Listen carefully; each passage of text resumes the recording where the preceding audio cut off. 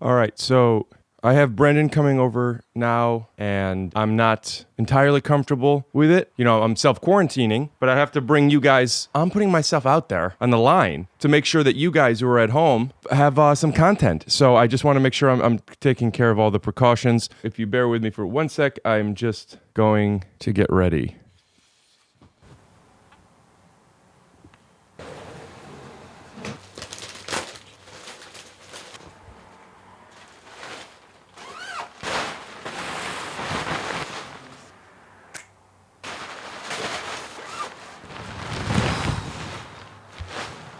Okay, this might get a little loud. How does this sound? Look at this. This is cool. Little booties. There's a little... Like, you can technically keep your shoes on, I guess, with this thing. I don't know if that's enough. It's going to make it some tough sounds. I'm so hot. How the fuck do you...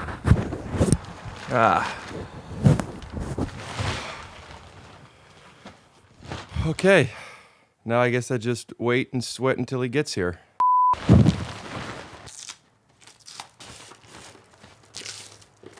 Hey, fuck me, man. Fuck am I supposed to use this? Did I break the shield? This is a bad idea. And this is gonna protect us? Fucking piece of plastic that I just broke by sniffing? Fuck you, dude. I'm building a Lego castle. All right, okay. How does it fit? I should have done this an hour ago. I guess. Did I hear anything? There's no way. There's no way this is working. Hello? I guess, I don't know if I could hear myself through the levels or hearing myself in the helmet right now. I gotta go build another fucking helmet now.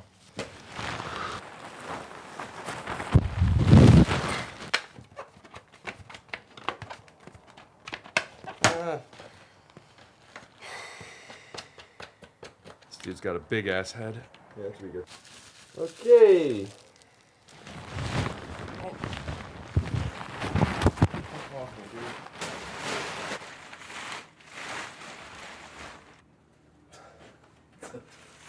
Oh, well, why don't we wait? This is it, huh? Easy with those coughs. Okay. No shoes. Yeah, just putting stuff places, huh? Little infected stuff there, huh? I'll tell you what, why don't we give you a little plastic bag? You live here alone? What do you think? When I saw the Teenage Mutant Ninja Turtle dolls, I thought, buy a single. For What size is this? Triple extra large. Thanks, Doug. I mean, 10. Ooh, it is hot. You're a shoe guy, huh?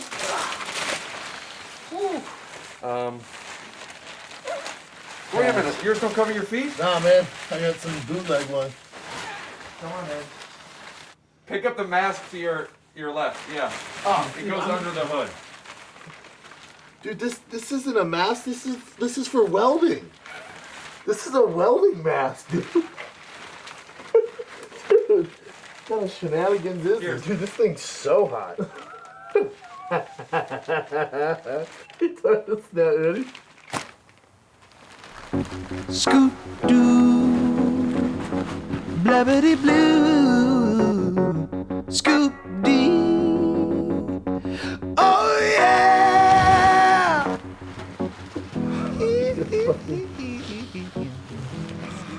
With my headphones, dude. I'm not giving you headphones. All right. Oh, you're worried about Everything. Let me hear if I can hear you through your mask. 1, 2, 3. 1, 2, 3. Can you hear me? Yeah, there's a little bit of a echo. You want echo? Echo? You want Corona? You pick, bro. I want echo.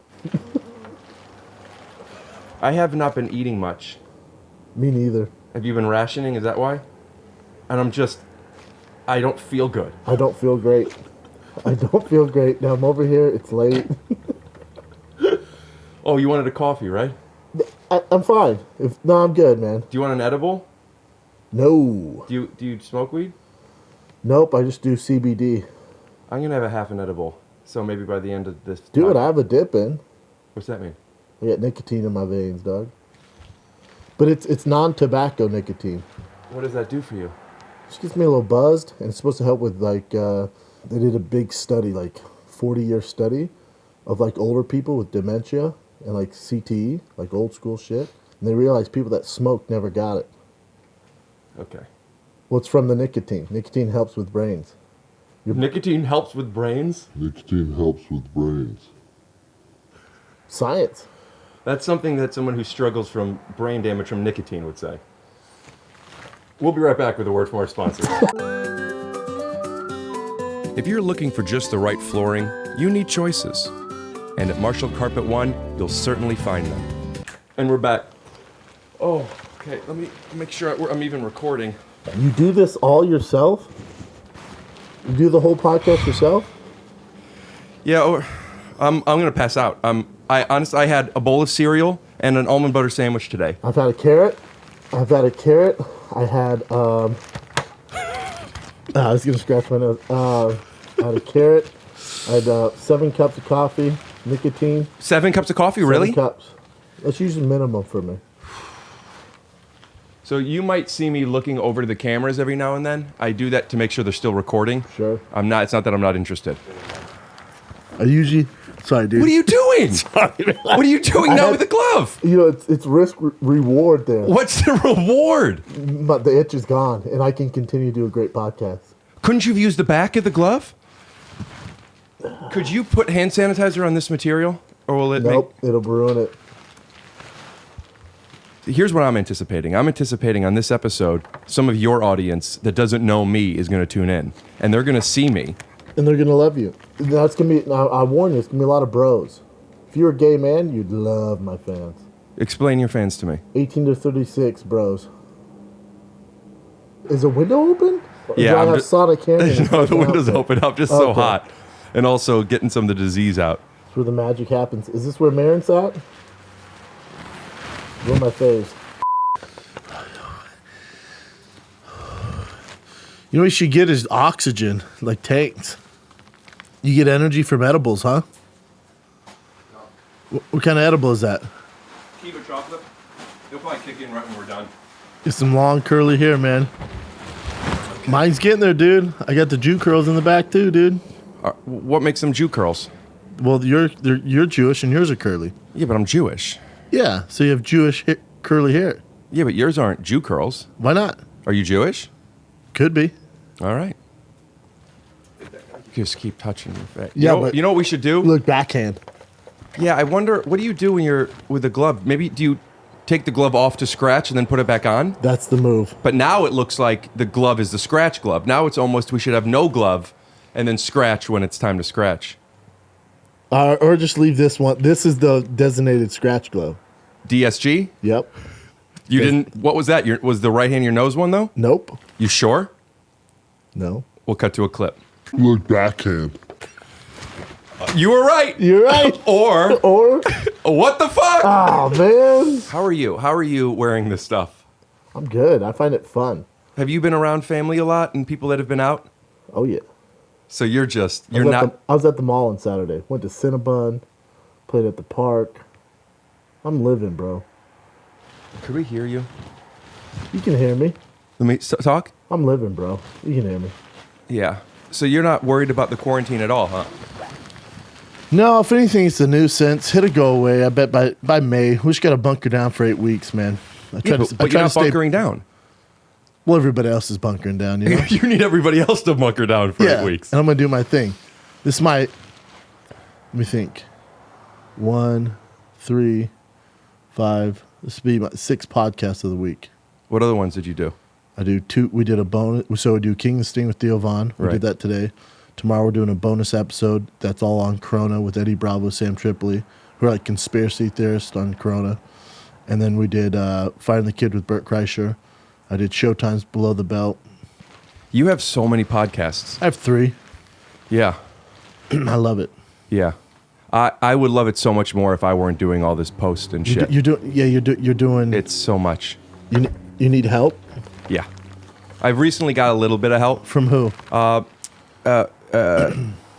People send me messages all the time that want to help, and it's like, who are you?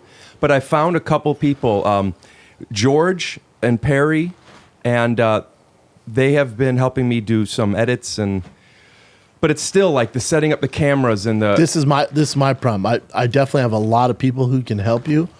My only advice I can give you in podcasting is so what makes this show different than everybody else, it's like a weird vibe in a great way. It's different, because you're different. You're unique, you know this, right? So I'd be worried about if I hand you over to the big boys who do all these big podcasts and would help, and take a small percentage but get it done. It would take away the uniqueness of the show. That absolutely has been the problem. People who have been helping are great editors, but not doing what I want. And I don't want to talk too much on it because I've talked about this in the past about this, and it is what it is. I think I just need to keep doing this until I can make enough money to pay people what they deserve. You started it when?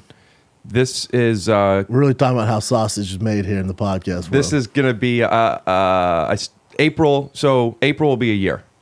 So we've been doing a year, and I know I wouldn't be here if it was, you know what I'm saying. Tell me what that means. Why did you do this? What does that mean? What, you did me favors.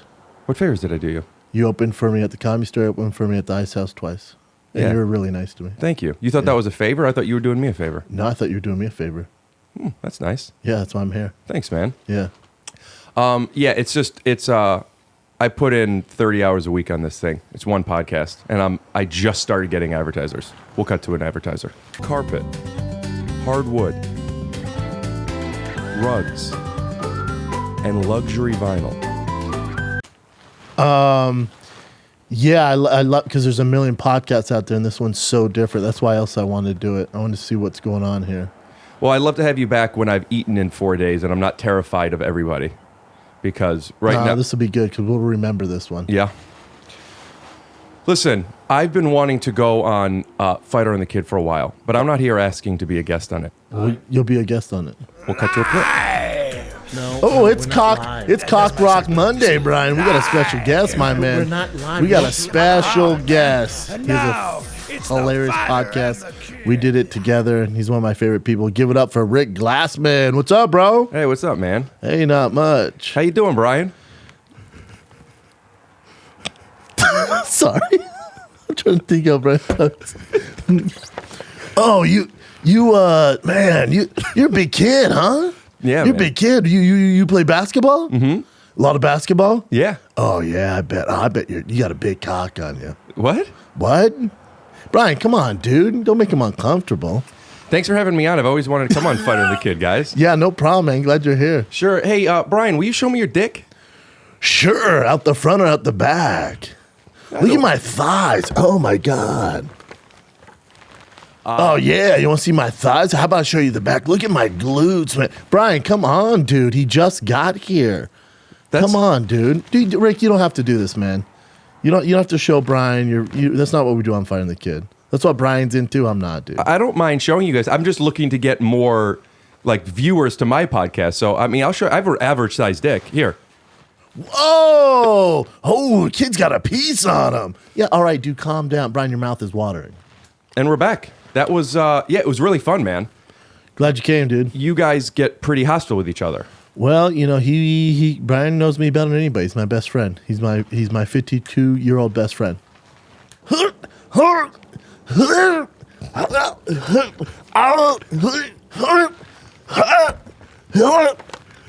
on, do it. Honey.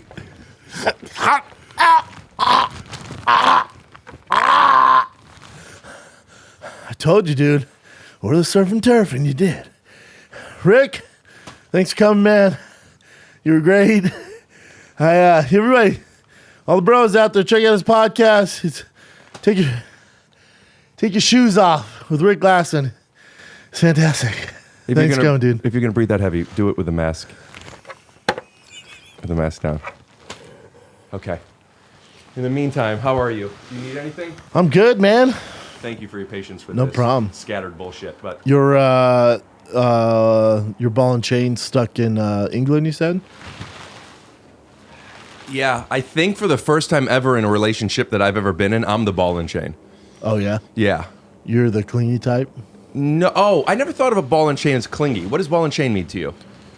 Well, basically, like it's not a derogatory term. It's just like You guys are together. That's your, you don't do anything without each other. Your ball and chain, the old ball and chain. Yeah, don't do anything without him is what I was thinking. More like, I need her for everything now. I've never relied on somebody like this. Like Codependent. It's not as much.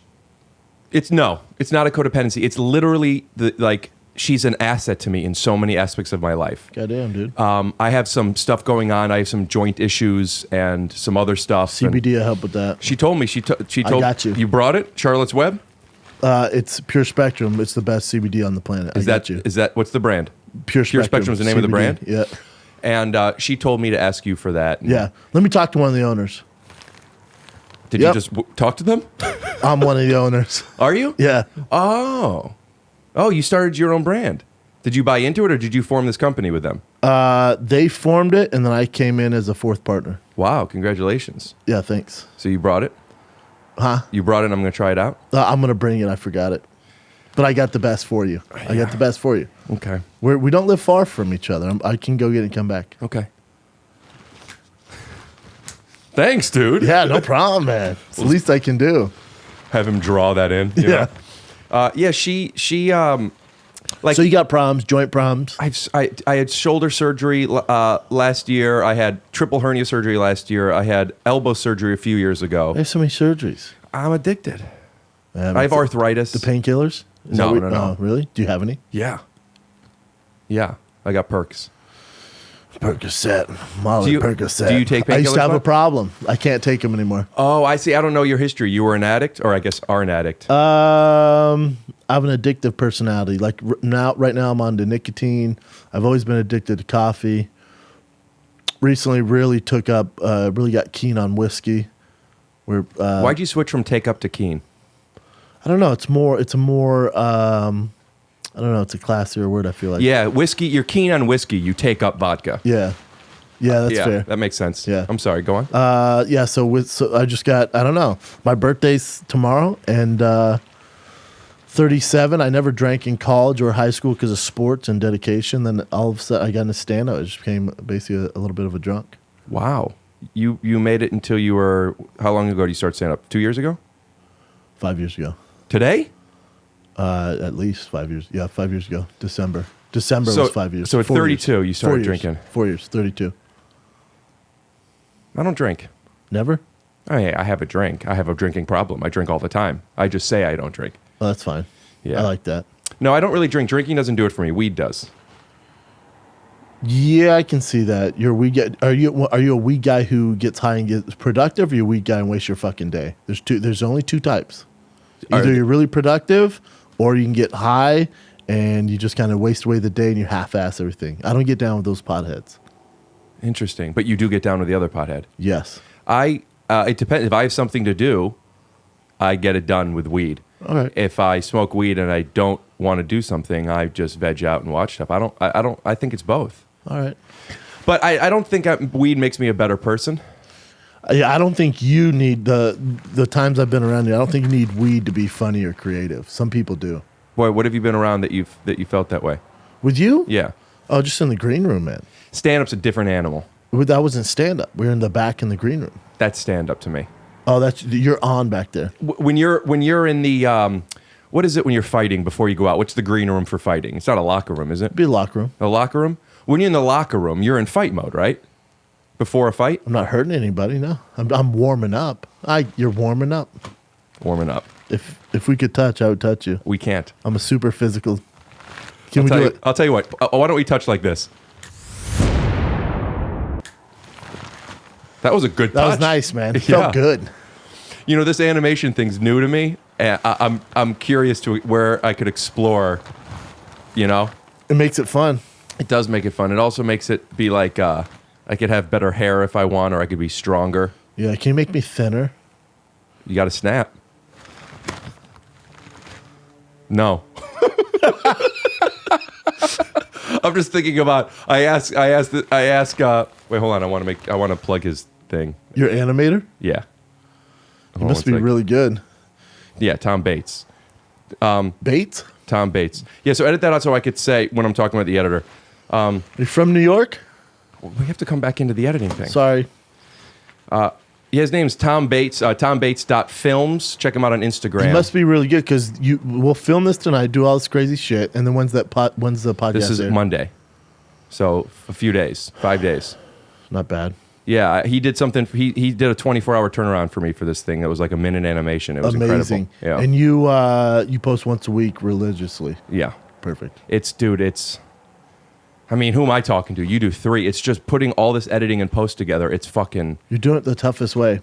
We'll talk after. I can help you. I just don't want to lose the uniqueness you have. I don't either. I also don't want to give too much away. Like, You I've been wouldn't. building this up. Oh, you wouldn't. I wouldn't let that happen to you. Yeah, I'd love Ever. to have a conversation. Yeah. I own everything I do, man. Yeah? Everything I do, yes.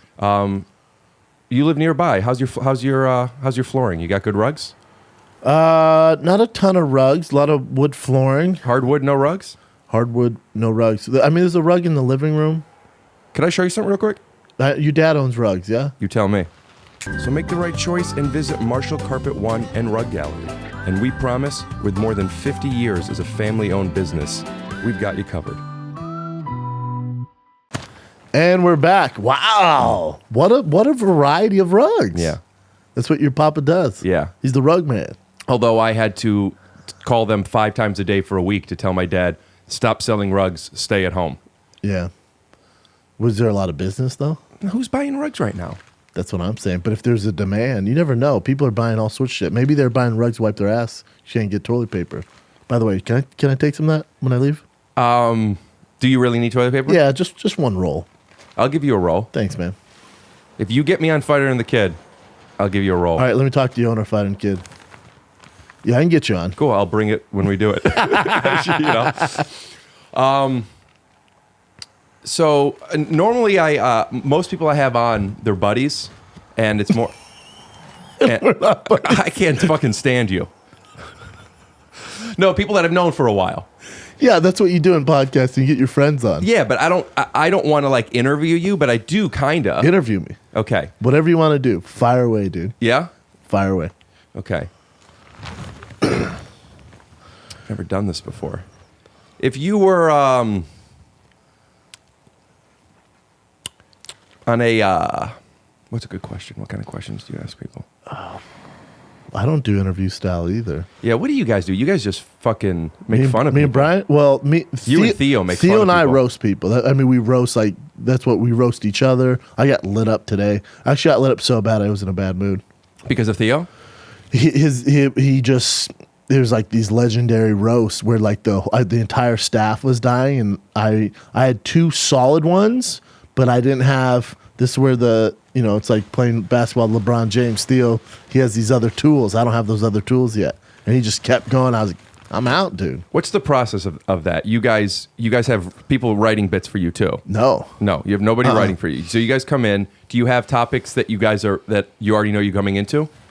It's all just off the top of the dome. What about the video shit that comes up? The video shit is all fan generated. And we have a producer, Nick and Chin.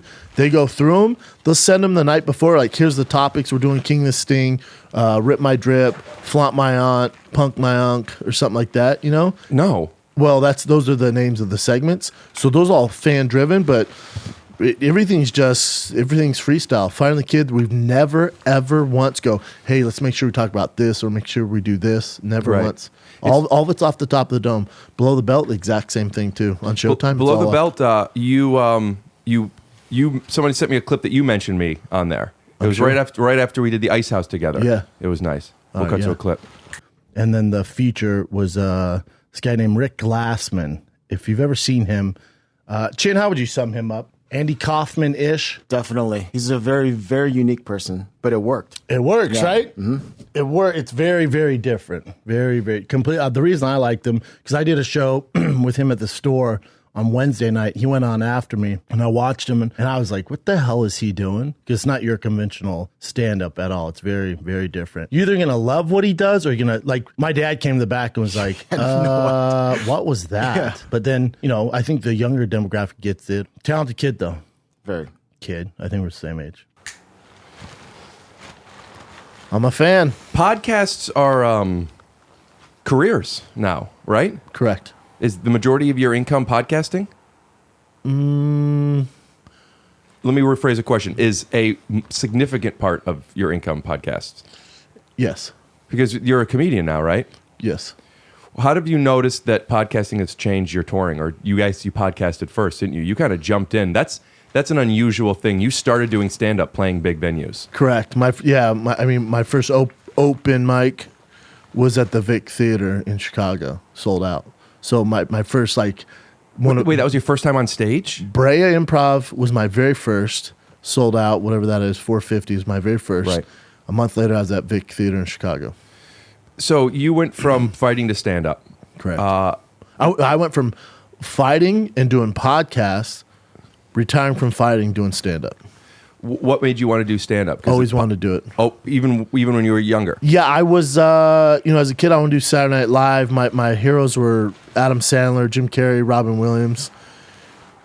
And then I also wanted to play in the NFL. So it was kind of, but it was a gift and a curse. I was like big and athletic. And my dad was like, you want to do what? Here's a football, dumbass. This can pay for college. So just started doing sports. I was the funny guy in the locker room. And then always wanted to do it, but, sports just kind of took me away. Funny guy in the locker room. That's what I was talking about the green room. Yeah, there you go. Sometimes that's the stage. Sometimes that was my audience. Yeah. And so you're done fighting and you're doing podcasts, you're being silly, and you say, I'm going to give this a go. Did you have a comedian friend that got you into it? How'd you do the improv? Bryan Callen. So Right. So I was fighting, and at the time when I was fighting the UFC, I started the podcast with Bryan Callen out of his garage. Fighter and the Kid was out of the garage. Right? Out of his garage. We're 7 years deep now. So we were doing it out of his garage, and then it just started to gain traction. This is before everyone, their fucking gay aunt had a podcast. So we were all doing it. Me and Brian were doing it. It just started to gain traction. Then I was going to fight this Russian monster, Andrei Arlovsky, in Vancouver. I was going through the airport, and the guy goes, "Oh, dude, you're my favorite." I'm like, "Thanks, dude. You watching the fight?" He's like, "What?" He's like, dude, I listen. I'm a Fire and the Kid, dude. I'm like, what? The podcast? He goes, yeah. And then how'd that make you feel to get recognized like that? Weird, because it didn't hit me that was no one's making money really doing it. At the time, were you getting recognized for being a fighter? Oh yeah. So you were used to being in the public, just not for correct that type of not for entertainment. being a jackass with my buddy Brian. Right. And then Brian, probably since the second week I met him, he's like, "Oh, you're gonna get into stand up, right?" I'm like, "Dude, I'm too old. There's no way, dude. I'm a fighter." And then I met Whitney Cummings. She became a really close friend of mine. And the second day me and her were hanging out, she's like, "You have a brain to be a stand up." She's like, "That's what you're gonna do for the rest of your life." I'm like, "No, I'm getting punched in the face right now. There's no stand up." And then it just, I don't know. I had Whitney. I give Brian all the credit. Brian is really the main driving force behind my career. Then Joe Rogan, but really Whitney Cummings too. Those three, which are best of the best. All my best friends are my heroes, so I try to be like them, man. Chris D'Elia, our mutual friend Chris. I think sometimes Chris to me is he's so funny. Sometimes I think about just quitting. Because he's so, it's like if you were a rookie on a basketball team and your first day, LeBron and Steph Curry are shooting around, you're like, well, fuck, dude, I'm not like them. Oh man, I'm a rookie and I'm playing around with Steph and LeBron. I'm thinking to myself, look who I get to play with. Yeah, it wouldn't deter me at all. Yeah, no, I'm not deterred. I'm not making a joke. There's times Chris or Theo, are so funny. Or like the other night before this fucking virus took over everything. At the Comedy Store, I was watching Burr, and I was like, "Oh man, my brain Bill Burr, you said, yeah, Bill Burr. My brain just doesn't work like his, Watching him sometimes is, it's like, even though I know what's going on behind the curtain. Me too. I know how I'm the in sausage audience. is made, but his sausage is different. Yeah, if that makes sense. Yeah, Chris sometimes too. Chris sometimes, we did a show together for a few years, and I've known him for a very long time. But before you were doing the Ice House with me, I text Chris about you because I know you guys know each other, and he goes, "Great dude, fucking hilarious." Oh, that's nice. He's like, definitely use him. He sometimes he's him, and I guess I'm being careful because I don't want to be shitty, but he kind of like could suck sometimes. You know Chris? what I mean? Yeah, never with me. Yeah. I know you're saying like moods. Yeah, just like you guys are at the coffee place and he's just on the phone and not paying attention. I just mean like hanging out. Yeah, I don't mean like as his soul. I just mean like okay, like you're like you suck. You're boring. Yeah. He's in his phone. Have you been around him since he has his kid? No. But the point I wanted to make was that sometimes like we're on set and he's just doing everything's fine, but he's doing his own thing and it's like there's nothing funny about him. and then he'll do a joke, one joke, and you're just reminded like this is He's brilliant. yeah. He's got something. He's one of the funniest people that ever lived. He's one of the best comics It's in the weird. world. Yeah. He's fantastic. Yeah, when we're gonna wait till this virus thing goes away. But with my CBD company, they were doing this marketing. I said, hey, my friends are the funniest comedians in the world. Give me whatever marketing budget you have for the next 2 months. Let me do my thing with my guys. They go, okay. So I hired Chris D'Elia, Andrew Santino, Fahim, Derek Poston. I love Derek. Yep, Hassan Ahmad and Bryan Callen. Great. And I had them come in. I gave them an outline. Oh, and Michael Rappaport. And I gave them an outline of what I want to do and go, we're just going to freestyle this. You can get paid, and we're just going to do this. And we did 3 commercials. Chris comes in. Everyone goes. Everyone destroys it. Fahim, you know Fahim? Yeah. Of course. Well. Amazing. One of my favorite people. Yeah. Fahim and Santino blow out of the water. Brian blows out of the water. Chris comes in. He's the last one. It's a long day. And he comes in, he's like, all right, man, what am I doing? I go, dude, I sent you the notes last night. He's like, what is it? I'm like, you're pitching me bad ideas for my CBD oil company, how to market it. And he's like, okay. And what's some of the stuff other people did? And I tell him, he's like, all right. Man, he goes, shit, I don't know, dude. I go, you have no idea? He goes, no. And they're, you ready? I go, dude, they're kind of ready to go. He goes, I'll figure it out. Just you and I are going to riff. I go, you and I are going to riff. I'm be behind the camera. You're pitching me. And so he gets up there and, I mean, it was so funny, and the cameraman and the staff are laughing so hard they had to do 2 takes because it was shaking. The camera guy was shaking.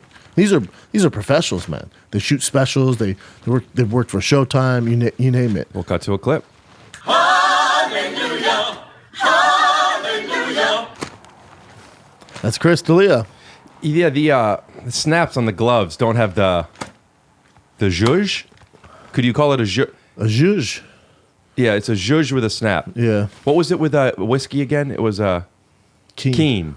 Yeah, it's a keen with a whiskey. It's a zhuzh with a snap. Yep. It's a good T-shirt. Keen with a whiskey, zhuzh with a snap. We'll be right back with another word from our sponsors. Give them some zhuzh. Yeah, the camera's rolling, and it's money. But not the kind of money you're thinking about. No, it's Bitcoin.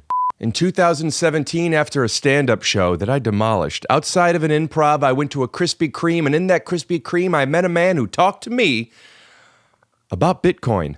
I had heard of Bitcoin. I didn't know where to buy Bitcoin. It took me a long time to figure out how to buy it. So when the coinbros.com hit me up that they wanted to advertise on my podcast, I thought to myself, make more bank with bank? Yeah. Buying Bitcoin and other cryptocurrencies is a bit of a process. But did you know Bitcoin ATMs are the easiest way to buy Bitcoin and other cryptocurrencies with cash? And thecoinbros.com is growing their ATMs throughout the country, all with low fees, instant buys, and 24-hour customer service. Thecoinbros.com has made sure that buying Bitcoin does not have to be intimidating. Visit thecoinbros.com for a Bitcoin. Visit thecoinbros.com for an ATM location near you. Good stuff, dude. Yeah, man. Good fucking stuff. Thanks, man. All right, so you start doing stand-up, and a month in, you're at the Vic Theater, which I've played. It's very, very, very cool, big. It's a theater. Do you feel like you belong there at a month in? Do you and whatever your answer is, looking back at that, how do you feel different, or how do you feel the same about that? Ooh, good questions. Yeah, I've never felt like I didn't belong there because when Bryan and I got on stage, we'd like do this improv act of Fighter and the Kid and be just clowns, and I wanted to do it so bad. I think that first night, then Vic Theater, and then when I got to Cobb's, I don't know. It's this weird. How'd you do? You know, I think I did good, but even though I'm in Chicago, they're home games for me. So because it's your audience. It's my audience. So I always knew I was playing home games. I want to play away games. Have you ever done that? Oh yeah, I mean all the time. What's an away game for you? When you play Comedy Store, Improv, Laugh Factory. You know what I'm saying? When they're there to see Bill or Rogan or Marin or D'Elia, like. But at this point, don't they know you? Now they do. When did that switch? I don't know. I maybe just from hustling. You know, I do a million spots, so eventually, like, okay. Did people ever give you shit for, I guess, I mean, I don't want to say you didn't rise the ranks fast. Yeah, you did. In stand-up, you did. Do people ever give you shit? Because the accomplishments that you have had, you Like a shot a special? special already. You sell out big venues. Correct. And you've been doing it for less time than people that can't even get on the Friends and Family at the Comedy Store at this point. Sure. So do you ever feel that from people, or are people usually kind to you? I'm sure no one that is worth mentioning. You know, Yeah. it's not like, anyone who's jealous of somebody else, or he's just there because of this. As soon as you say he's just there because of this, or he just has that success because of, you're out. You're out. You're saying you're out, meaning you're out of your mind. Yeah, because Yeah. it's your own situation why Yeah. you're not successful. It's not me. I'm not stealing anybody's spots. Trust me. Yeah. I'm not, there's a million comics out there who are touring. So, also the Comedy Store and these other venues, and I've been headlining for 3-4 years now. So they wouldn't have me back. Yeah. It doesn't work like that. Your audience loves you too. When you had me at the Ice House, they were like, Yeah, they love. they you, were man. fans of you. Yeah. Yeah, it was great. It was I fucking loved that show. Yeah. But seeing you have an audience from doing so many things, it's interesting. Like your audience was it looked like they were fighters. Like, It depends. I mean, that front row was just a whole bunch of dudes that were jacked with dude, tats. and I have a whole bit on it. How much easier my life would be if I was gay, because there's so many dudes at my shows. But How would that make your life easier? Expand on that. because guys know each other, right? Like guys aren't needy. You just, Yeah. play video games, fuck each other Yeah, but can't you play video games and fuck each other without being gay? with your girl. You're saying? No, I'm saying like, You know what I'm saying? I'm saying like my guys are into the same thing. Like they're into shoes and sports and fighting. And yeah, but cars. you don't want your significant other to be in the same exact thing as you. No, you're right. All right, good. I'm sorry. I just had to call you on that. No, that's fine, dude. I'm glad you did. Yeah, Because I'm open minded too. People are like, oh, you don't have a backbone. Nope. Someone makes a solid point, man. I'll jump right over it, man. just abandon what people say. I mean, abandon your opinion once you realize something is better. Yeah, if I'm like, oh, that makes sense. I'm out. I'm not married to that. That's the most attractive trait in somebody in the world. When I go, no, it's this, and they go, oh yeah, yeah. I want to be better at that. It's a sign of intelligence. Yeah. Yes, I just don't make enough mistakes. that's fair. I make a shitload of mistakes. Yeah. I mean, I do Would you say? 8 to 10 hours of podcasting a week. I make a shit ton of mistakes. How about during this quarantine, enough to where I'm sitting in a pile of my own sweat because I'm so scared of it all. You're out and you're going to the mall and you're going to basketball games. Don't and give a flying fuck. You don't care. Nope. Might get corona. Tom Hanks got it. Yeah, Kevin Durant has it. He'll be fine. Okay. Illy, we'll cut to a clip. Well, People who are listening to this and not watching are just going to hear it. So when you started Vic Theater, Chris D'Elia, boop, boop, boop. It's like, what is this? If you want to know, you got to check it out. Log on to YouTube and go over to rickglassman.com, whatever, dude. You'll plug it on, maybe Theo will plug it. yeah. I think I'd like to go on Theo's show and plug my podcast. You want to do this past weekend? Do you think you could get me on it? Pretty sure I can. All right, bro. I once had a friend named Billy Ray Sanders, and he would take his clothes off, and then we'd sleep together, and then we'd inject Deca in our asses, and I'd just wake up with a horrible headache. Thanks, man. Man, you got a funny style, Theo Vaughn. Thanks, bro. I like all these people you have on the wall. Who is this? It looks like you got my mom, you got my dad. Yeah, man. These are all my friends. These That's are all my great. friends I put on there. I paint on there, man. Yeah, they look like the Simpsons, kind of. Yeah. All right. You're smart. All right. Have you noticed that people who drink whiskey refer to themselves as being keen on it? Shit. Keen, Rain, Bean. Yeah, man, he's got an interesting He thing. likes to rhyme too, man. Keen, Everything's Reen, a Bean. rhyme with him. Yeah. Keen, Reen, Beam. I have a heard. theory on rhymes. Let's hear it. People trust a rhyme.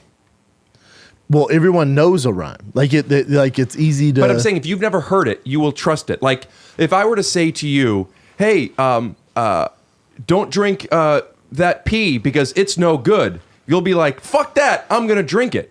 But if I say, if it's yellow, leave it, fellow, you'll be like, okay, that sounds right. Yeah, that sounds nice. Well, it sounds old school, like old timey, where it's like, oh, that might be an old thing that he knew, and then his parents knew, and then their grandfather. Right, and like there was enough time for it to be debunked. People feel a rhyme can't be debunked. Yeah. Righty-tighty, lefty-loosey, it's got to be right. Yep. Yeah. People also like an acronym. P-A-A-L. People also like an acronym. P-A-L-A-A. ASAP. Yeah. ASAP.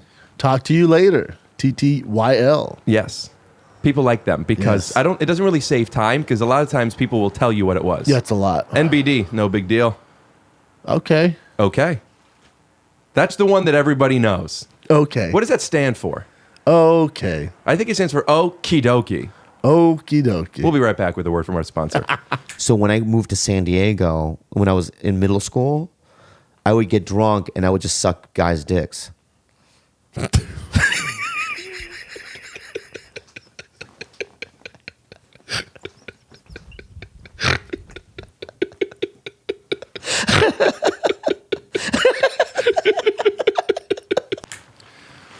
All right, dude. Thanks for getting me on all those podcasts. No, dude, it's the least I can do, man.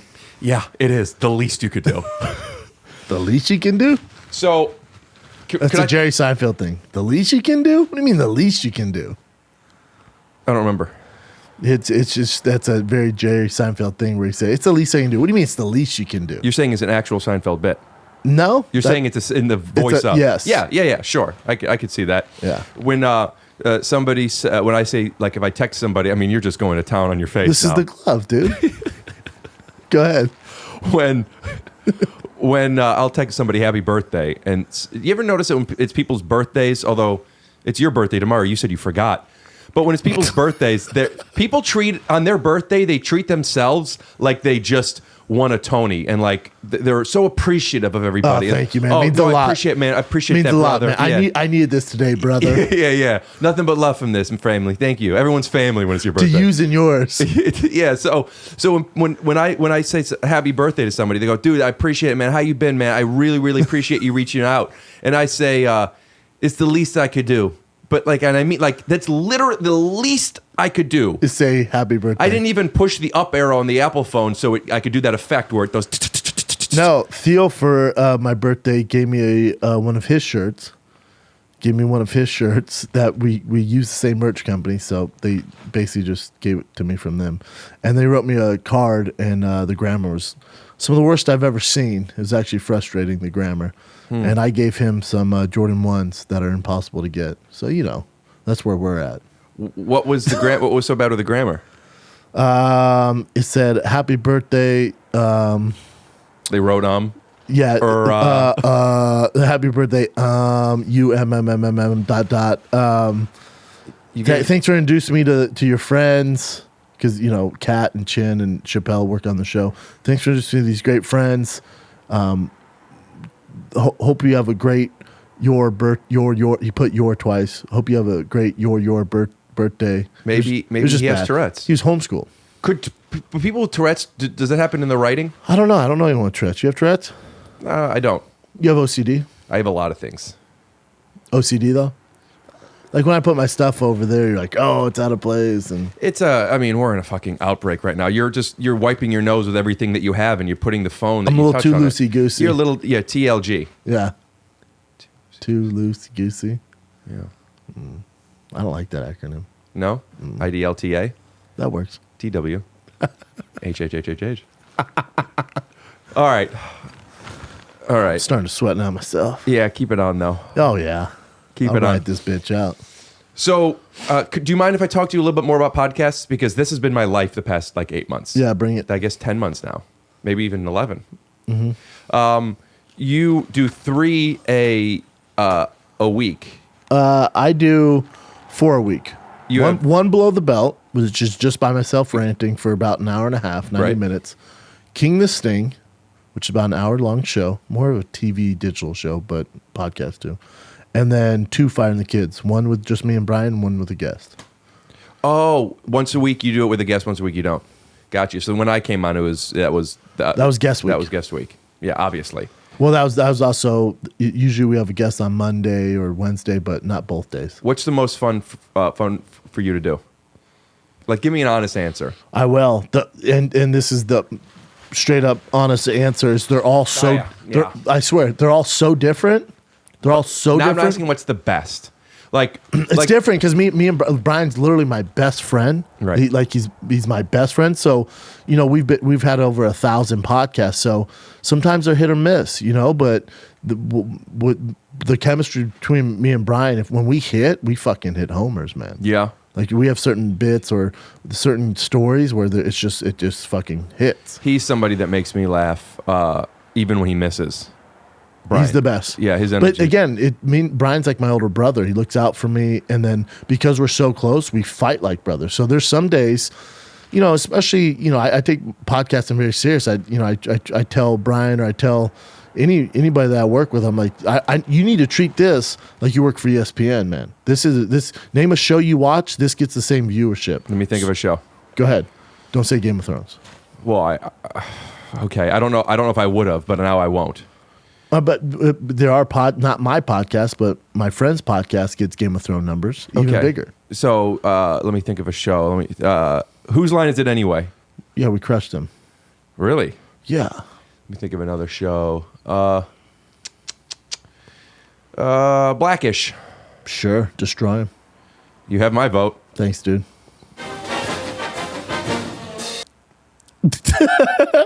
Thanks, man. No, but they're all different. Like ranting by myself on Below the Belt on fighting and just my life. I love doing Below that. the Belt, you're sitting there in a chair with another chair that's empty. No, it's just one chair. Just one chair.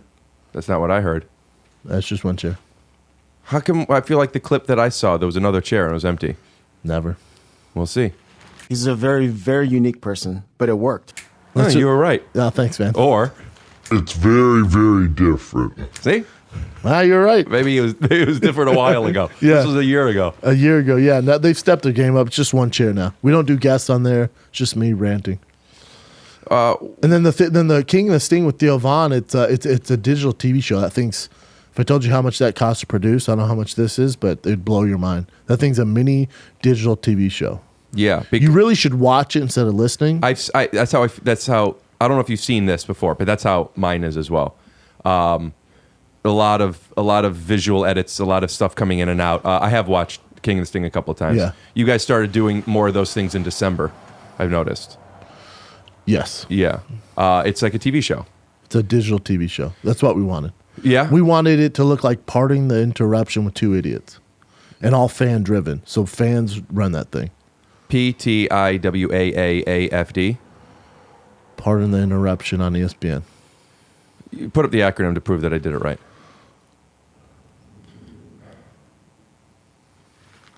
Oh, you don't have headphones on. Do you hear them? No, I can hear him, yeah. The people upstairs are the meanest. Are they mean? They're so mean to each other. What ethnicity? White. Does he hit her? I think she hits him. She calls him. You know what? What does she call him? Here's where I am right now. Hopefully we get a little snippet of it. I wouldn't mind it because I want to. I want to have this on record. Yeah. Because I think I'm suing my.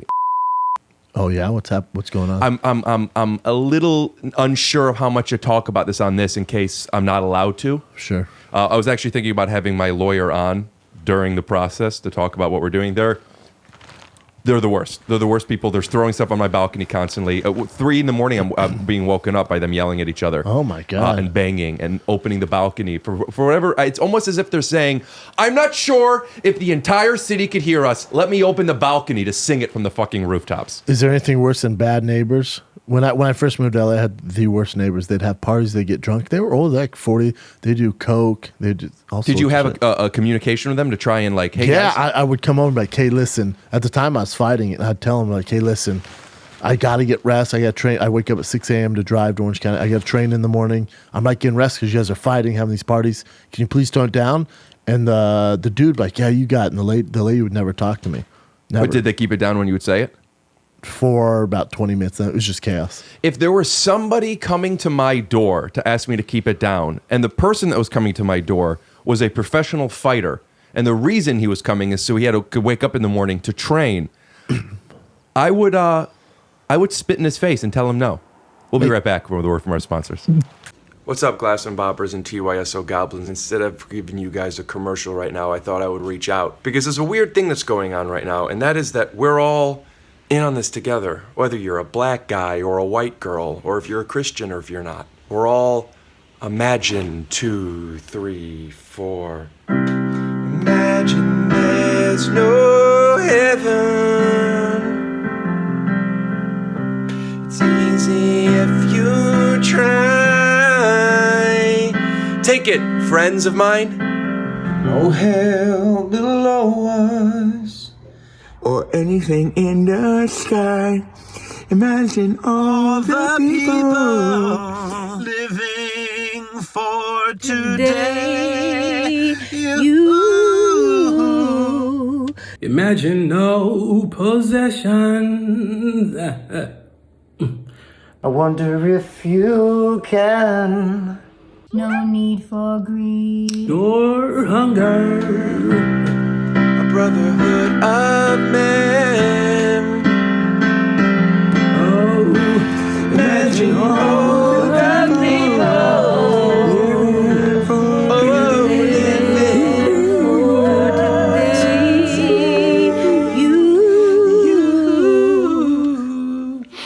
You may say I'm a dreamer. But I'm not the only one. Whoa. Someday you'll join us, and the world will live as one. Please make sure to check out my website, rickglassman.com, where you could pick up merchandise and use promo code BOOBS to save 10%. How do I turn this thing off? Where's the off? How do I turn this? Where's the off? Honey, where's the off? I can't figure it out. Oh, shit. Okay, yeah, there it is. There's it. Nope, that's not it. Got it. Right, there we go. Okay. No, yeah, there. All right, wait. And we're back.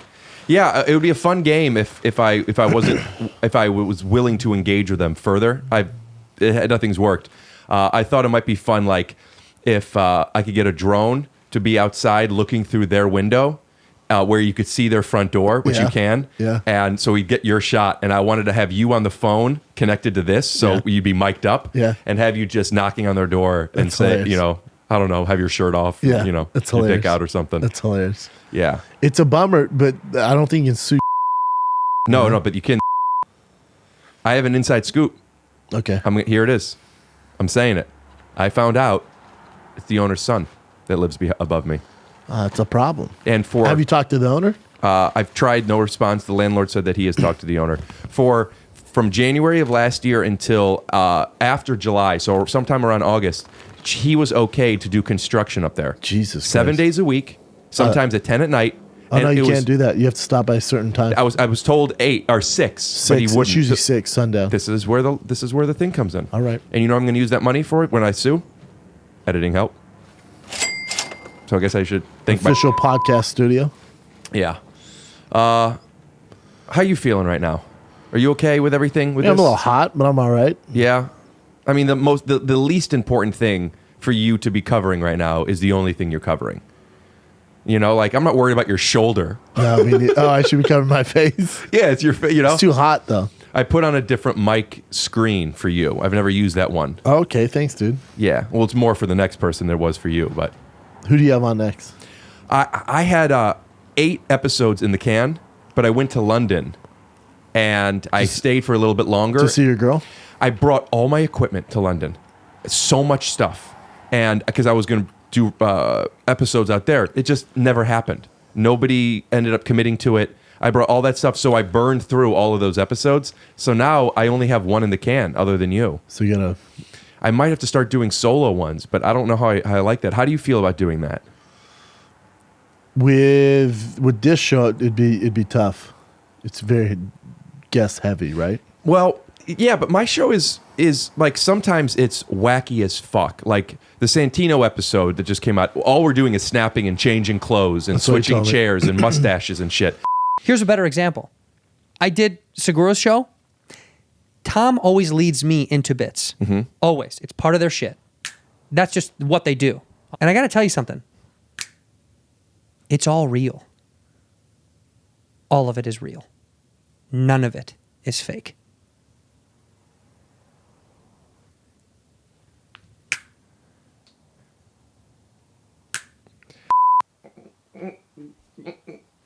And then I'll have like directors on that like I have on my bulletin board for people I want to work with that have come over here. I've had some of the coolest people come onto my podcast.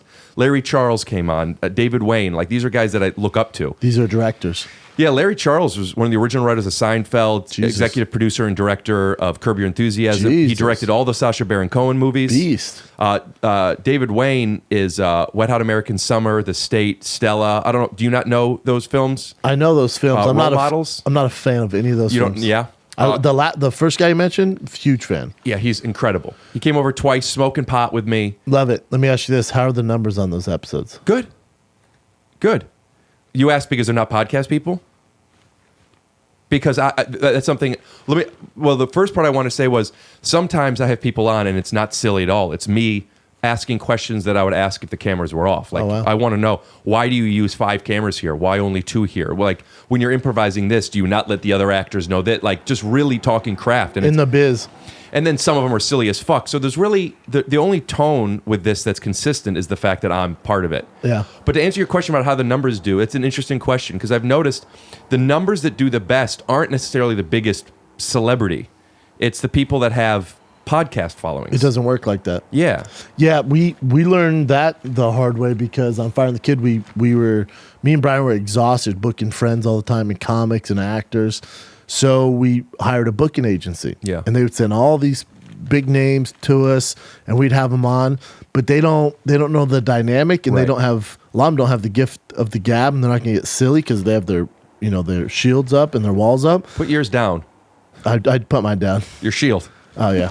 So we realized that people don't dig it. They want to feel like it's friends. So we really, unless it's someone special that has a connection to us, we don't really. Right. So it's always just friends or just me and Bryan. You could lift that up now. Sorry. Thank you. Thanks, dude. Yeah. That's what I've noticed. Like it's weird, right? Because we had 50 Cent on. I'm like, dude, this thing get over. You had 50 Cent on, huh? I'm like, we're getting to over 1 million views. That's the rap star from the movies. It did not go well. Like people didn't like it or just didn't do numbers? Our fans just, they're like, dude, Question, how did you feel the episode was? Not great because we don't know him and then we try to get silly and he's not having it. Right. And he's used to Jimmy Kimmel and the Tonight Show, so he's like, he's like, yeah, no doubt, dog. Yeah, so whatever, Empire Power, where the fuck are you? The Power's this weekend, Saturday at 8. I'm like, dude, what? No, you don't need to do that. Just give us your real self, and people will tune into whatever you're doing. Yeah, not everybody is comfortable being around funny people. They might not even know they're not comfortable with it. But he's also used to that media. He's on a promotional tour, so he's in that mode. Right. He's just promoting, not playing. Yeah. And it's not interesting. You know who came on who I was shocked was Mark Maron, who you said you're a fan of his. Huge fan. We have him on Fire and the Kid, one of my favorite Was episodes. he silly on there? Yeah. I mean, pretty silly, yeah. Yeah, because he got so silly on mine, and it was so much fun. I mean, it's my own projections for thinking he wouldn't get that way, but... Me too. I told Bryan, I'm like, Mark's usually pretty serious. Doesn't get really silly, man. I don't know if it's going to be a fit. I was like, I love him, though, and I listen to his podcast all the time. I've always been a fan. Talked to him a few times at the Comedy Store, but I kind of avoid him because they say never meet your hero, so I've always avoided him, and then he came on and was great. Yeah, he's. I love his podcast, too. Him and Dax Shepard. Armchair Expert? Yeah. And incidentally, when I first started listening to podcasts, the first one that I was really listening to was Eric Griffin's. Oh, interesting. Riffing with Griffin. I love it. Before he had guests on, when he was just talking. And it's so I still listen to his every now and then. Yeah, he's great. And I just started listening to Fighter and the Kid. You just started? I just started. I mean, I've seen clips, and I've seen tons of clips just on YouTube, like literally like 2-3 minute stuff or Instagram. But I just started listening. Coincidentally, I reached out to you while I'm like back into that. Yeah, I saw your DM late. I'm like, dude, of course I do your show. Yeah, I messaged you a while ago, and when I messaged you, because you have my text though, you have my cell. Yeah, because I texted you too. I texted you once and I messaged you once and I didn't get a respond to either. And I briefly talked with you about this. I think maybe I didn't, and I've exhausted myself and the audience. Let me see if the cameras are on. And I've exhausted people on the podcast about this, but I've learned over the years that I could lack some self-awareness, and you and I don't know each other that well. And when we met, it was kind of saturated with bits. Like, I mean, we only knew each other in a green room or when I'm on stage with a puppet. You know what I mean? So I'm big. Yes. And you were so nice to me and so complimentary. And then I sent you a message. I don't remember what it was. Good luck on your special. It was like right before you taped the special. And then I sent you another message. How'd the special go? And I got no response to it. And then I was like, I don't know. Am I missing something? So I decided to send a text because, you know, you don't want the person to see me sending all the messages in the same medium. So, you know, I'll send an email, a text in an instant. And it's like, oh, it's just, this is his first time. Yeah. So I did a text. I don't remember what it was. And I know what it was. I was texting you about your special twice. Okay. And then I sent you a message on Instagram because I didn't want to ask you to come on my podcast after you ignored me twice. So I went to a new place and you didn't write me back. I'm like, I didn't respond back to the text. No. After the special came out, and just from everything, I remember Rogan told me this. He's like, whether it's good or bad, get off social media. Sure. He's like, it doesn't matter. If they tell you the greatest, they tell you the worst, it doesn't matter. Get off. That's good advice. I won't do it. I'll be on it. I did it for 4 months where I just had somebody run it for me. I was still posting and I still would do my thing, but I didn't have access to comments, stuff like that. I still don't read it. And that got me over the hump where I don't really read comments anymore. Very rarely. Everyone talks about not reading comments. I love reading them. How can I say this? I don't want to offend you. You're going to get to a certain level where you're not going to want to read them. What the fuck did you just say to me? Imagine if that offended me. What the fuck that mean, dude? What's that mean? Do a 4-second, whatever you did of Bryan and what was that? The surf and turf? Yeah. Whatever the surf and turf fight thing was, recreate that, but with the two of us. But my dick is huge and his dick is little. Just like 2 seconds of it. Sorry about that. Sorry, man. No, that makes sense. People are gonna, but at the moment, even the shitty ones are. They don't really get me much. How many followers do you have? 30-some thousand. Wait. Just wait. I mean, I'm telling you, you're getting to a certain level where, again, good or bad, you don't want to read those. Yeah, I understand. Yeah. Yeah, I didn't think I didn't form any opinions on it, but I just thought to myself, just in case, like, I'm not gonna ask him. Asking people to come on the podcast. I don't know if you could appreciate this because you started before it was big. It's a tricky game. It's very tricky because now everybody has one and they wanna book, and we're in the similar circle. We live close, so it's like, you know. Yeah, it's a fraternity. It's rare. It's a fraternity. We're all in this fraternity. But some of us are pledges, you know. It's rare I do other people's podcasts because I do so much content a week. I don't like doing other podcasts. Yeah. All right, dude. Fighter and the Kid is a silly, silly show. If I were to come on that, when my podcast gets big enough, which it's already doing about 200,000 the first day. Yeah. It's doing about 1 million in the first week. 2 million if you count YouTube and audio. Yeah. Crushing it. 3 million if you count Spotify. Wow. And about 20,000 if you count reality. You're basically Ellen. Thank you. Yeah. That's weird, and you're making a joke, but people compare me to Ellen all the time. Really? Yeah. Interesting. Yeah. How so? They say that I have a similar frame. She just looks like she could dunk, is all I'm saying. Yeah. If I were to come on Fighter and the Kid, and somebody once told me that, you actually even said it with 50 Cent, but somebody once told me about Fighter and the Kid in particular. I was having a conversation about podcasts in general. They were talking about when people guests and they promote their stuff, it's really tacky. It doesn't work. It doesn't work? You don't need to do it. Sell them on Rick Glassman, not on Rick Glassman's podcast and stand-up. You mean rickglassman.com or youtube.com/Rick Glassman? Yep, Here's what I'm guaranteeing you. Not only will I be wearing all of my merch on your show. Okay. I will be bringing merch for you guys to wear. Love it. And every, I don't know, minute, I'm going to yell the name of my podcast. I don't think it goes well for you. Yeah, me neither. What do I know, though? I don't know. I want more energy, man. From me? No, from me. I'm like, well, you did eat an edible. Those aren't known for giving people energy. Those give me energy. It hasn't kicked in yet. If it were to kick in, I'd be better. It's so strange. It's in. You know, I become a cartoon, but you don't. That would actually be great. When I get high, What is it? Is it? We're gonna put a little goblin with wings or something. Sick. Like I'm gonna start seeing. Oh, you know what I want to play? I want to play when I get high. I could read people's minds. Okay. Okay. So tell me if I'm right. Give me a hint. No. Hardball. 2 hard balls. A baseball bat. You're thinking about winter, yes? Do me a favor for the game. Okay, I'll help you. You know, Damn, yeah, kind of, man. Okay, winter. I see you're thinking about building a snowman, is it? And you're using a bat for a penis and 2 hard balls for testicles. Wow, spot on. Thank you. Spot on. You got a gift. Thanks. Whoa. Do you have so many talents? Thanks, man. I'm so hot right now. It's pretty hot. You look like you're sweating. I'm sweating. I'm not the happiest I've ever been these days. Because of the whole corona and just the shutdown of the city. Well, my girlfriend, I didn't even get much into it, how much she helps me with stuff, because we were talking a little bit about like injuries. She's helped me out with certain specialist doctors I need to see. Even the podcast, she's in product development and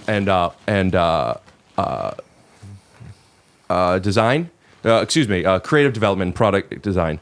And she works with chemists. She's worked with so many CBD companies. She is the person that works with the chemist in the business to formulate all these things. Nice. And she's a clinical nutritionist, and she's changed my diet. Things are already so much better. I got to the point where I'm asking her, like on the podcast when I do these thumbnails, I take a still of you, a still of me, and then I just Photoshop it together. I need her to like sign off on everything. To approve it. Yeah, like I send her 10. I love that. She's just always right. How long have you guys been together? Not that long, since September. Where'd you meet? So online, where else do you meet people? Coffee shop, yoga. Thank you for switching to your face club. No, online. Instagram or like J-Date or Farmers Only? Farmers Only, but then we brought it over to Instagram. That was where most of the conversations were being had. And then I was maybe going to go to London because my old boss, Bill Lawrence, was filming a show there, and he knows I like doing stand-up in London. He had this 2-bedroom place. He said I could stay with him. So I'm thinking about going there. She lives there. And we're like FaceTiming. She's British. She was born in Sweden. She's lived all over the place. She lives in London now. Okay. And we've been FaceTiming, and I said, I think I'm going to come, but it's not going to be for like another month or 2. She said, you could come stay with me. And this is just through DMs. We've been FaceTiming for like weeks at this point. Real relationship. Yeah, like FaceTime dates. Yeah, it's almost like that blind date show on Netflix, but you guys saw each other. But there's no physical connection. Yeah, I don't Have know you that seen that show? but I think I know what you're talking about. They live in walls. They live in like cubicles, but they can't see each other. They get to know each other just through social. Just they talk. No, it's nonstop. nothing like that then because we could see each other. Yeah, but you can't touch each other. So even if you had a raging boner, it doesn't matter. You guys had to talk through everything. We'll cut to a before you clip. got physical.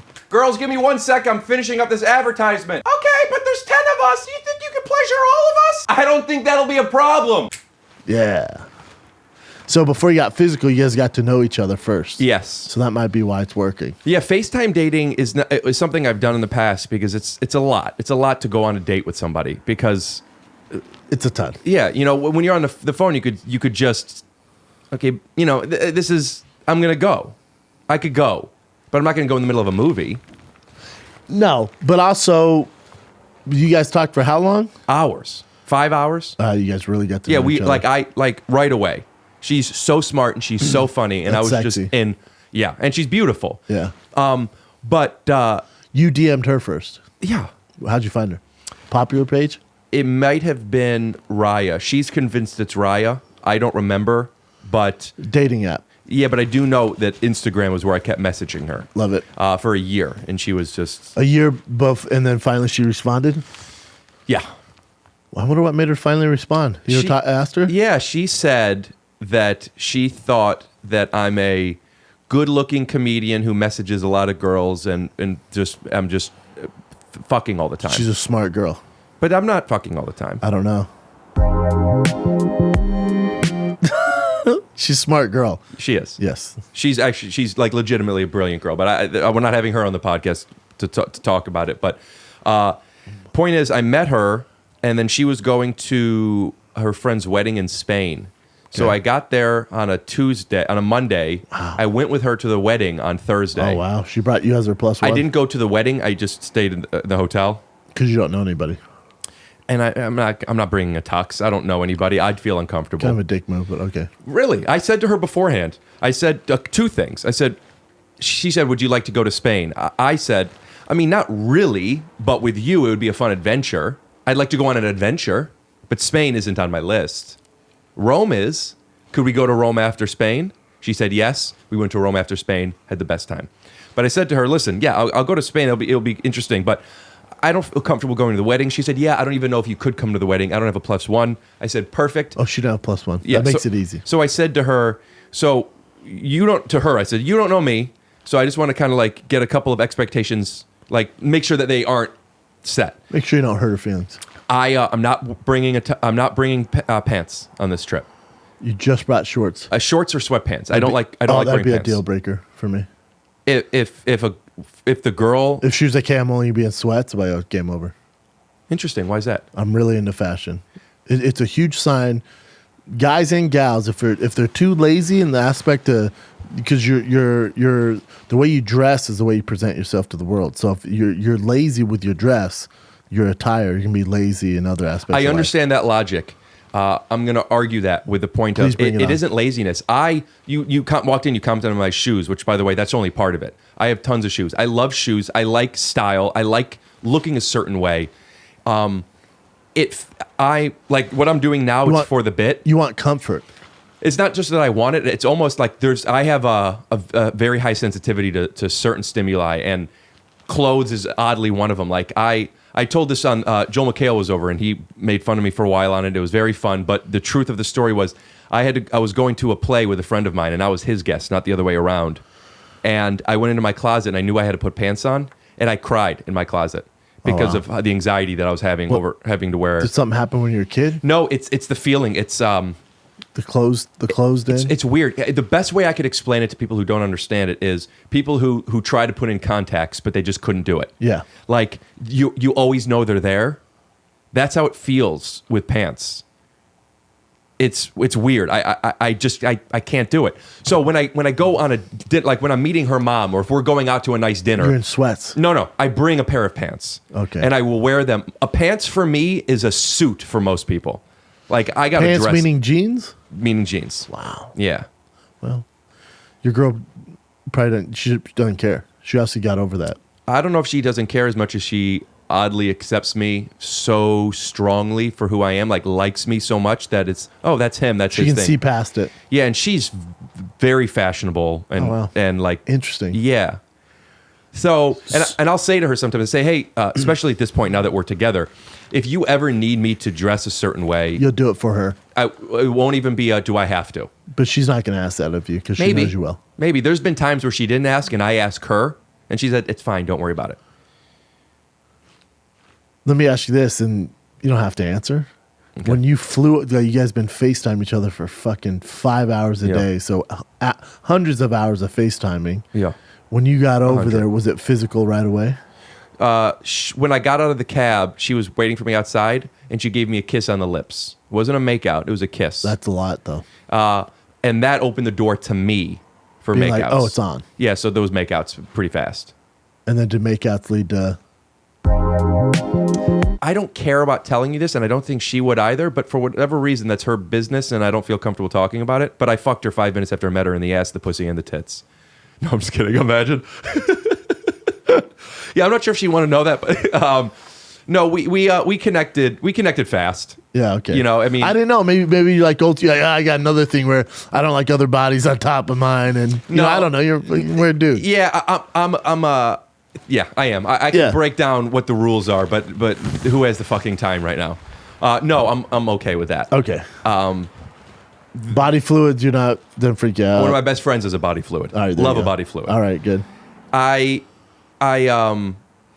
When I first got there, I hadn't slept in 24 hours, and then I needed to stay up until 9 p.m. Why didn't you sleep? Well, I went to bed late the night before. I woke up super early. Oh, so you did sleep. So I didn't. I got 4 hours of sleep, so I woke up at 6 a.m. By the time this is so boring. By the time I got there at 10 a.m., it was almost 24 hours later. Oh, and then I gotcha. stayed up until 9 To p.m. get on the time To get on zone. the time, yeah. So I was a little grumpy. The first few days were like weird with us. Yeah. Yeah. And then you got over the I almost hump. didn't go on the trip. I almost didn't go with her to Spain. It's a lot. Yeah. It's a lot. Mm-hmm. To look at you guys now. Aren't you glad you did it? But you're in a long distance relationship. Sucks. Nightmare. I mean, especially now in this literal nightmare, she's not even allowed into the country. I was just in London. I just got back in time. You couldn't find any girls in LA? There's a million of them. Yeah. There's a million of them. But it just never And I connected. never found one that, this is maybe corny to talk about like what you're looking for in somebody. It's not corny.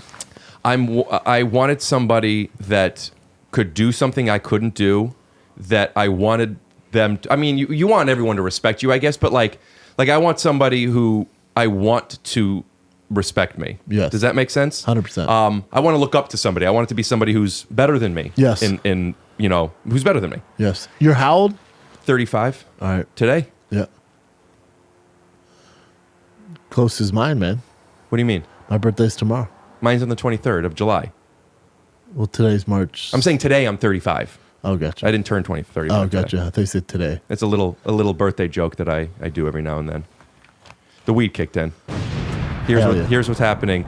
If there was a cartoonist who was drawing this in my head, I'm picturing all your bros watching this and like, yeah, I fucking love the cartoons. And then they see this part and they think to themselves, I bet Rick's girlfriend's hot as fuck. Yes, and they're going to look for her. No. Hard to find. I don't tag her. She's not hidden. Smart. If anyone knows her name, she's been on the podcast. They could look up who I They'll follow. find her, yeah. But I don't want people to directly click on her and harass her. I know. I'm like that way with my parents too. I don't tag them. No. You're like that? Well, my parents aren't on social media. My parents are heavy on it, and you could follow them at. Oh, hell no. Yeah, my parents are on it a lot. When I got on my TV show, people started messaging my mom a lot. It was very weird, and my mom was like, "Oh, these people love my son," and then she's friends with these people, and very momish. Yeah, I had to stop that. Your passion's acting, though. I love acting. I want to direct, so I want to be in stuff too. Yeah. Writing, directing, creating my own stuff. But at the moment, my skill set and I guess the doors that I've been welcomed into are in acting. So I'm allowed to act right now. Yeah. But ultimately, I want to direct. So, how's that? That's good. Yeah, Betty. I've been saying nice stuff. She listens to the podcast. What's up, Betty? Don't talk to my. Sorry. Betty, I've been saying nice things about you. The whole fucking you in the pussy and the ass and the tits. I'm sure people know that was joking. Oh, we were just joking. We don't do that. We don't fuck around like that. Hey, everybody, we'll edit this out. Betty, baby, I miss you so much. All right, we're back. But I wanted you to know that how much I appreciate you, and I think that you're whatever, man. Sometimes on the podcast, you talk about people. Yeah. And then you're like, oh, shit, I'm talking about people in public. I know. I do it all the time. Do you ever get in trouble? Oh, yeah, I get in trouble because there's this Corona, like, weird thing going around. I'm sure you got it from when you're fucking, we're in the same circles. I'm sure somebody sent to you. But it says Donald Trump officially has coronavirus. And it's like a legit, like, story, link. And you click on it and it just shows this thick black man with the fattest cock you've ever seen. Like, you click on it, he's on the side of the bed and he's like this. Wait, is this the guy that everyone's been talking about, the goat? So I figured that's why. Why did he just come out in porn and people saw his dick? No, it's just he's the thickest person you've ever seen. You seen his penis? Oh yeah, and it's enormous. It's like it's this mic hanging off the bed. So you click on it and you get this black guy with a giant cock. The story is though, it got me so good. I'm like, oh my god, send it to my girl. She's dying. She's like, oh my god. My mom has a sense of humor. I sent it to mom. She's like, oh, dude, blah blah blah. Then I'm like, oh, I'm gonna send it to my dad, who's a no bullshit, all business, worried about Corona. He's like you, probably makes people take their shoes off and, you know, whatever, wear suits. And so I sent to my dad. And What the fuck? What the fuck? You're telling me a meme story and you think you're gonna burn me like that? Like taking off your shoes is weird? People were walking in mud, piss, shit, and cum out there. You want to drag that in onto my nice rugs? We'll cut to a clip. And we're back? We're back. No, take off your shoes. They're off, man. You're the only person I know besides a few Asian friends I have that do that. So my dad's probably similar to you. So I sent him that weird meme thing. That'd be funny. Papa didn't find it funny. He got very, very offended. What does that have to do with you talking about people on a podcast when you're not? Because I told that story on the podcast, and my dad was not happy. Oh, I met your dad. You did meet my dad. Yeah, he thought I was weird. Yes. Hey, is he gonna listen to this? Probably not.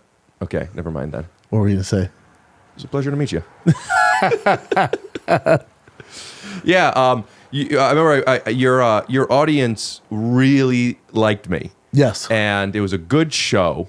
And you introduced me to your dad after, and you were like, I saw you treating me in front of him the way that my old boss treats me when he introduces me to his friends, where he's like, I know Rick. I think Rick's funny. I don't want to vouch for him, though, in case people don't, you know what I mean? So you said, hey, this is Rick. Yeah, he's pretty interesting, right? Like you said that right away. What did you think? Did you think it was, and you let him go. He goes, yeah, it was weirder. And I was like, yeah, all right, well. Thanks, man. Yeah, and then I texted you, and you didn't write back. I'm like, it's his fucking dad, man. I'll have to wait until I get Mark Maron on the podcast before he comes on.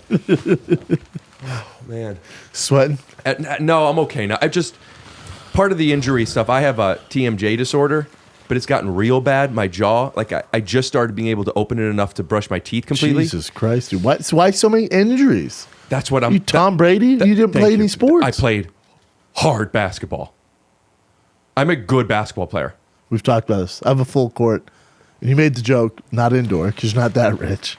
It was a different time. This was pre-corona. Yeah. Now I would love an indoor. An outdoor. I don't want to be indoors with you coughing all over the ball. Yeah. But yeah, I played aggressive, but I also think it's some genetic stuff. And this is some of the stuff that Betty's helping me out with now. I'm not sure, there might be an autoimmunity issue. She's changed my diet a bit for inflammatory stuff. But I'm trying to figure that out. It's like over this past couple months, it's gotten rough, and now it sucks because I'm dealing with I have doctor's appointments with specialists. I'm doing it over the phone now. I had to get an MRI yesterday and a CT scan a few days ago, and this is kind of a bit, but it's also real. Yes. There was no joking when I was going in to do the MRI, and I'm having to ask the doctors to change their gloves because they put on the gloves before they give me the IV for the contrast. But then they're opening all the bullshit. So we changed the gloves. They go, sure. And then wipe down the earpiece. Sure. They're giving me earplugs, but I don't want them to open it and hand it to me. Let me open it. Let me do it, yeah. So I've been in this position for so many years already that I know how to handle it up top. And so I'm not bothering people. So let me start with the thesis. People are annoyed or bothered or weirded out when expectations don't meet the reality, right? If you think you're going to come over and we're doing a regular podcast, and then I say, don't come in until you put on a hazmat suit, you can be like, what the fuck is up with this guy? Yeah. But if you know beforehand, it's not that weird. I do this with restaurants too. Instead of asking, can I get a cup of water? And then they come back, the barbecue sauce, some napkins, figure out all your questions beforehand. I say up top, hey, I want to let you know I have some things about me that I could be a little annoying. I'm a little controlling, and I have a lot of questions. Jesus Christ. I apologize in advance. Thank you for your patience. But I just have a few questions I want to get out of the way real quick. It's like going to lunch with Rain Man. Does that mean? Yeah, I don't think you could say that kind of stuff. Sorry, man. I mean, I could say it. Yeah, it's true because you have this condition. You can't say it. You can't say it. You can't say it. Here's the other thing. This is what's weird about me. If you have an eye twitch, or let's say your jaw hurts, and you start doing this, I'll start doing it. I'm the same way. Why do you do that? Did you used to have that as a kid? Oh, yeah. What kind of twitches did you have as a kid? Whatever anybody else had. Oh, you only took on theirs. I take on when Even I see now. Yeah? Even now. Are you And know, when you doing that? I start thinking about it, then I guess my eyes feel like they got pressure. Hey, you know what I can't stop thinking about? If you really read my mind, you know I cannot stop thinking about since I sat down here. How much is that comic worth? I'm going to answer your question by what it sells for on eBay today, not what Beckett's say, because that's inflated. What'd Beckett say? I mean, Beckett is usually up 20, 30% of what they actually could sell What'd for. Beckett say? A little under 15,000? Yeah. And you paid? 6. Good deal. Thank you. And I got Is that that's the first time Wolverine ever came his out? first right? full appearance. Yep. In 180, he at the end he like teased it. Wow, that's cool. Yeah, isn't that cool? I'm not huge into comic books. But as a kid, were you? No, I played Magic the Gathering. I was always a collector. Nerd. My thing is, I was super into comics. I'm not offended about the nerd thing, but if that was a real cough, I would be. That was a cough. Put your shield down next time you insult me in a cough. Okay. Okay. Do it. But when I turned 18 is when I got body hair. I don't know why. I got so much chest hair and I didn't have it in high school. Turned 18, like that, body hair. And I was at my girlfriend at the time's dorm at OU, and it was the guys and the Ohio University. Okay. Guys and the girls are on the same floor, just different sections. Oh, I love that. So I showered in the guys section, and I walked over into the girls section and just a towel around my waist. Bold move. Bold move. What am I going to do? I don't have a robe. I take it easy. What are you fucking? Well, how do I get to my girlfriend's dorm? I mean, you need a robe on, dude. I don't have a robe. I don't have. Well, I'm saying you got just a towel on. Yeah. All right. Well, anyway, she saw me with my shirt off and got a little bit embarrassed that people were going to see me because of my chest hair. It must have been pretty bad. It's pretty good. Depends what you're into. If she was embarrassed about it. She wasn't into it. She was embarrassed about it, and that was some serious trauma to me. Yep. And I was always so insecure about my body hair. That'll do it. Isn't it weird? Those little moments can just change the trajectory of what you're going to be nervous about. Like I remember I was getting ready to run at the NFL Pro Day, University of Colorado. It was like probably one of the leanest I've ever been. And they give you, you got to wear certain outfits. I wear this outfit. I look at my girlfriend at the time, my ex, she sucked. But she looks at me. We'll put up her Instagram here. Yeah, put it right there. But she looked at him, she goes, little. She goes like, she just does this. She goes, little, yep. What? Literally biggest moment of my life. I'm getting ready to try out for NFL team. She goes, yeah, the tight shirt, you got a little bit of a. What does she want you to do about and it? I go, what do you mean this? She goes, we got a little bit of a gut. I go, the fuck? Since then, body issues, body dysmorphia. How old are you? 37. How old were you when it happened, I'm saying? 24. You never had them before. Did you know you had a little bit of a gut then? But it just didn't matter? Or you didn't know you had one? No, I've always been in shape. Yeah. And you're still that way. Yeah. Because your body's awesome. Thanks, man. I don't feel like it because of that cunt, but. I mean, I'm sure you ask The Rock, he probably feels fat. You know, I'm not saying he The doesn't. Rock, but yeah, you're probably right. The Rock feels so lean. In shape. Yeah, you're right. He's on less steroids. So, I bet if you ask Jared Leto, he feels in shape. I just read a thing that Jared Leto was on a 12-day meditative isolation retreat and didn't know that everybody else in the world was in that, and he came home to it. Hilarious. Yeah. So I'm a fan. So the point I'm making is I have an affinity for Wolverine because when I saw for 10 years, I had laser hair removal done on my shoulder and my back. Oh, it's that which bad? everybody should have. No, it wasn't that bad. I just had some. There was like some hair. It's gross, but before her, I didn't give a fuck. Sure. And then I'm lasering, smooth like a seal. So for 10 years, maybe a little bit less, I'm like going to a pool. I'm insecure about it. Yeah. I saw Hugh Jackman as Wolverine with his shirt off, and not that I had that body necessarily. It was close. I'm an athlete. Yeah. I saw him and I thought he looked cool with chest hair. He looked sweet. And it kind of fixed me. Oh, wow. That's cool. Hugh Jackman, like, I couldn't go into a pool before I saw Hugh Jackman with his shirt off. Wow. Almost. That's kind of a hyperbolic example of Sure. it. So I love Wolverine. Even the character that isn't Hugh Jackman, just that. You just love Wolverine. I love Wolverine, and I love collecting stuff. I've always collected Me too. stuff that appreciates. I was buying and selling on eBay forever. Love it. You are into comics. I grew up huge into comics. I collected it. I used to sell them as a kid. Who'd you sell to? People or online? Just people. Online, I'm 37, so Right. the online wasn't a thing. So I opened up a little comic shop in my mom's closet. Had all my comics there. You had friends come over? Random people would walk in our house, and my mom made me shut it down. Is the closet, or anything on display, or do you have them organized? Oh no, in everything boxes? was on display and How? organized. On Shreks? Well, I had it like in those vanilla, those things they look like. Yes. I had them all Accordion in there. envelopes. Yeah, I had all the accordion envelopes, the vanilla folders, and I had all the characters lined up, and I had posters on the wall. How big is this closet? I mean, I was young, man, 8 or 9, so I thought it was huge, but enough for like grown men and kids to come in. My mom's like, we can't have fucking strangers in the house. How did people know that this was happening? Because I stood outside and had signs. Selling comic books in my mom's closet? Yep. And did you sell any? Oh, yeah, man. Really? Oh, yeah.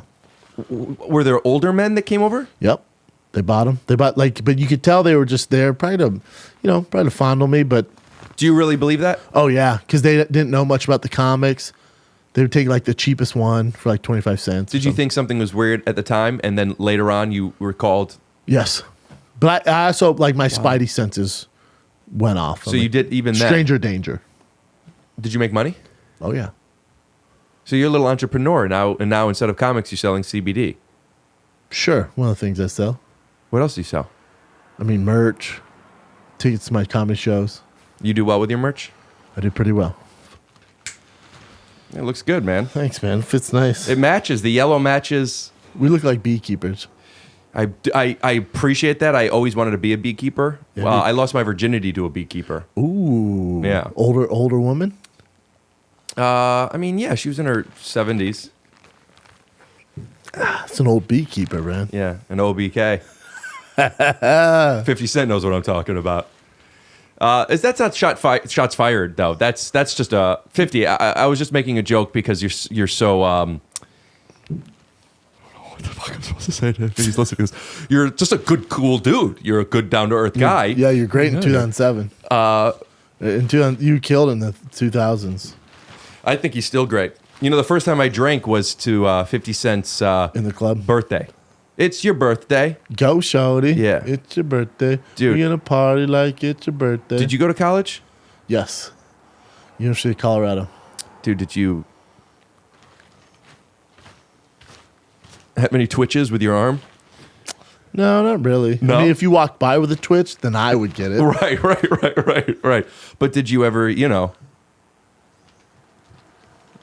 like, did you have a burger that was like this big ever there? Because don't they have big cows there? They had big burgers. There's a place. There's the Cherry Cricket, which is a little far away. That's in I know the Cherry Creek. Cricket. Oh, best burger you'll find. It was one of the best burgers I've ever had. Best burger you ever have. Hey, I was lying to you. You've never had it? I've had it. It's just not my favorite. What's your favorite? I'm trying to stop eating meat, but Is your girl told you to do this for inflammation? it's just I don't think it's healthy. Oh, weird. Mankind's only been doing it for thousands of years. This is less about me telling you that meat is bad for everybody, and more me telling you what happens with my body and how I feel. Because your inflammation. I don't know if it's just I don't know if it's just the inflammation. Sometimes after I eat certain foods, I just feel heavy. Oh, that's your thing. Yeah. So I just know that I like fish. For whatever reason, I don't like fish. I don't feel bad after eating fish. Yeah, it's light. Yeah. There's Jordan Peterson. You know who that is? No.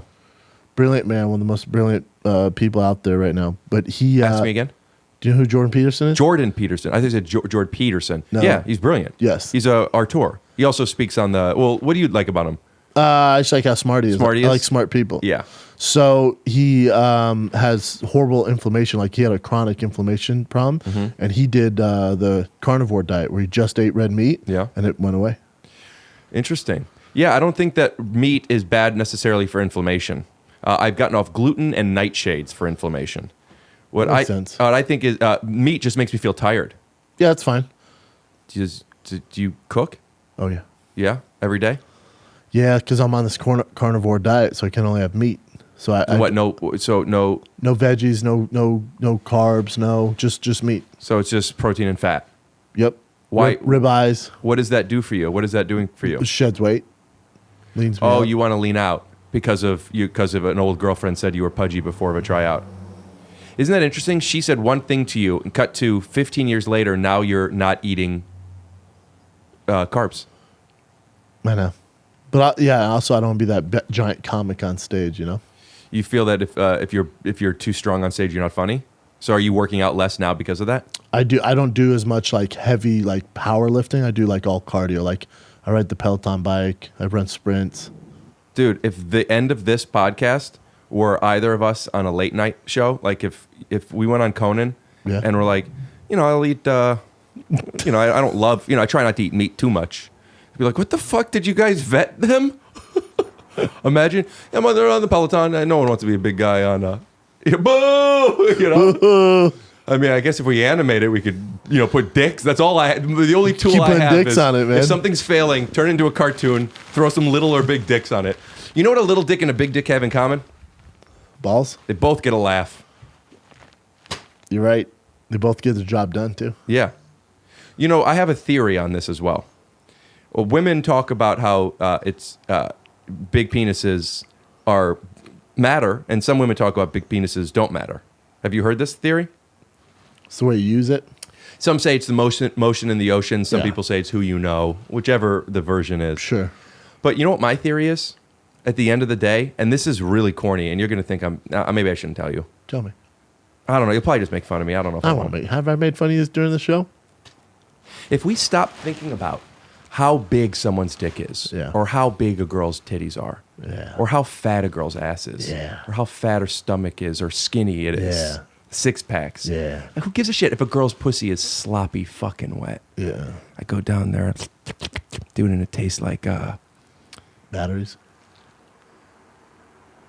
Wait, I was making the wrong point. Okay. I meant to go the other way. Okay. I was doing it wrong. I was following you though. Yeah, no, but if a girl's pussy tastes like batteries, it means she has too much iron in the blood. Is that correct? I read that on a Snapple once. Yeah, I think that's right. Okay. But what I meant to say was, sure, do I have a big dick? Yeah. Is it huge? Yeah. Okay. Is it a huge dick that I have? Oh, yeah, of course. Yeah. It's almost a curse, really. Am I right? No. No. Well, to quote comic books, with great power comes great responsibility. But I don't feel my big penis, which is it's fat, is a power. You have some girth? I have regular girth. Long distance. My penis looks like me. Oh, he's tall. He's tall. He's athletic. He's got a good athletic build. He isn't a fat guy. Doesn't have, back prom. No. Not hunched over. No. Doesn't Good curve, posture. Doesn't curve to the right. Mm-hmm. Normal size head. Proportionally, yes. But, if you take his head and compare it to an infant's head, it would be like, oh, yeah, it's a bigger head. Okay. Yeah. But what I'm saying is I don't feel that a big dick is a great responsibility, and the reason is this. Let's say I had a small dick, which I don't. Okay. I never will. I never have. And I'm not planning on ever having one. All right. And a girl says to me, hey, big baby, I thought you were so funny on that show. Could I go down on you and will you penetrate me? And let's say I have a small dick. Let's say it's like 6.5 inches, 7 inches, right? She's not going to enjoy herself? But she's going to have a good time. She's going to have a good time. I put on my podcast. I never have sex with, in the past year, I haven't slept with somebody that we weren't watching the podcast during. Oh, wow. I put on an episode of the podcast, usually one of my intros, so it's just me. It gets I get jealous otherwise. It gets them going. It gets me going. Okay. And if I get going, she gets going. And if she gets going, you get going. My name's Rick Glassman, and that's how I would end it. But I want to get your opinion on the matter. Do you think the size of a girl's opening matters? I heard Dr. Drew say, I think it was Dr. Drew, might have been Dr. Phil, one of those TV doctors. Well, isn't one of them a real doctor and one of them isn't? Dr. Drew's a real doctor, practiced in Pasadena. Yeah. So it came from Dr. Drew, you should probably listen. It came Right. from Dr. Phil, I don't know. That's why it's relevant. Just because they're on TV doesn't mean it's relevant. I know, I forget who it came from, so take it with a grain of salt. Why don't you tell me, and I'll think about it, They and said then text me later. all who the said it. openings are the same. It's just in our head that some girls loose, some girls tighter. Impossible. I know, and then Asian girls say, hold my fucking egg roll tight. You can't say that on my audience isn't like that kind of comedy. Okay. They're gluten-free. Okay. Dr. Drew didn't say it then. The real doctor, no, because I have a long time ago. Betty? Not talking about you. Not talking about you, Betty. This was a long time ago. Betty, such an old school name. Yeah, I love it. I love an old school name. Call her Bets. What's up, Bets? Bet. Bet. Yeah. Hey, Bet. What's her full name? Bethany, but Betty. Bethany. Yeah. Bethany. Yeah. So I was with a woman, and she was a little younger. You know, she was of age, But younger. but a little bit younger. Let's say she was 14. Okay. I was 15. Oh, okay. You're good. I've noticed that a younger some girls who are smaller even they have a smaller opening. What I can't, you know what? I got to be honest with you. I was talking about penises like ironically, and then it got into a conversation that got a little dirty. A little sexual. The sexual doesn't bother me because sexual has intention. This is just talking about openings and pussies and asses and tits and And cum. you want out? I don't want out. I'm just feeling uncomfortable. Yeah, I feel like I don't see the end of the tunnel. I don't have a point to this. That's fine. Jump out, dude. And that's the point. No, that's the point I want to make. You don't have to have a reason to fall in love. No, you don't. All you have to have is an acceptance of if somebody makes you feel good. You just got to have a positive attitude. Yeah. Before we end this, because I want to end on a big moment. And please do. We haven't had one in about 45 40 minutes. Which is on me. We'll edit. No, it's on me. What do you think the most important part of a partner is, both emotionally and sexually? And I don't want to throw you a curveball, but I want this to be done in spoken word. What do you mean? Do you need an example? Yes. Can you use it in a sentence? Yeah, I mean, it's not like there's a talk bubble that's above. It's not like it's in the point of reference, not to find, but to define love. I'm in a situation where I'm speaking of another, yet I'm isolated by myself. I'm isolated with a brother, whether it's in comedy and podcasts, in life, in harmony. Okay. But when you fall in love with another, it's bargaining. I think we should end on that, man. Thank you so much for coming over. That's fantastic. My name's Rick Glassman. Who are you? I'm Brendan Schaub. Let me do a better. Dude, You're fried? all right, we're going to pick up from Blambardomy. It's great, though, man. You're like Common. Oh, are you hot? I'm dying. Yeah, I do apologize. I meant to do this a little bit earlier. All right, man. Thanks for coming over. Thank you, man. Dude, it's your birthday tomorrow. You were going to come over tomorrow, and you texted me today, and you said, sorry, I forgot. I can't do it tomorrow. It's my birthday. And I have a party planned. I get sad on my birthdays. You do? I do. Because of aging? Nope. Why? I don't know. Ever since I was a kid. You can't remember We don't want to end. one? We don't want to end on I get sad on my birthdays. No, I don't know. I don't know. Have you ever had a good birthday party or a good birthday? Last year they surprised me. My friends came out, Rogan and my boys surprised me, and it was a great birthday. I just always get sad. Huh. You know, I used to always be scared of throat cultures. You know, when they put the stick down your mouth to see if you have strep throat, the big Q-tip. Yeah. I used to always be scared of them. And even as an adult, I would be like so nervous, I would have to sit on my hands. And every time it was over, I always thought to myself, that wasn't that bad. But I didn't recognize the pattern. I wouldn't let myself for some reason. Yeah. And after, I'm in my mid to late 20s at this point, I went in saying, Rick, every time you do this, you're always scared. And then it's fine. Oh, yeah. And now I'm fine with it. Yeah. I still get a little scared, but I say to myself, Rick, this is fine. Yeah, a pattern of behavior. It's fine. Is there something to, if you look back at your last 5-10 birthdays, were they all good? Yeah, all good. So maybe you could go into tomorrow with that, listen, you'll be good. I'd hug you if I could. You can't. But you came over before your birthday. Yeah. That was really nice of you. Thanks, man. You had to put your kid away. We'll just put him to bed. Don't you put it in a cupboard? Put him to bed, man. Put your kid away. Oh my God! What a funny way of putting your kids to bed. I'm not ready, huh? Not ready. Well, Yeah, maybe Betty's ready. She is. I am. I want a kid. I just don't have. I live in a 1-bedroom. It's a big 1-bedroom. Yeah, I can't have a kid here. Not with those neighbors. This has been great. It's been fun, man. Yeah. Appreciate you. I'd hug you if I could. I'll tell you what. Come here, man. Really? Yeah, come here. Oh man, that's nice.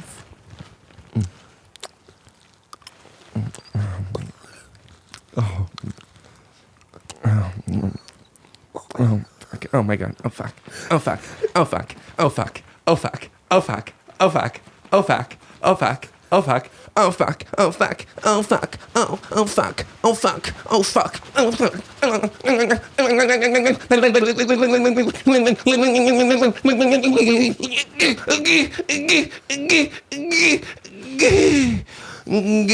Thank you. Thank you so much for tuning in to Take Your Shoes Off. My name's Rick Glassman. This is Charles Schwab. Please follow him at Brendan Schaub on Instagram. And you could also check him out on The Fighter and the Kid, or you could check him out on King and the Sting, or you could check him out on stage, or you could check him out on the Showtime thing that he does, or just give him a call. I'll put his phone number up here. Thank you so much for tuning in. My name's Rick Glassman. And as always, have a snap nights. That's good. I'll tell you, it's going to piece together fantastic. Scoot doo, blabbity blue, scoop dee. Oh yeah.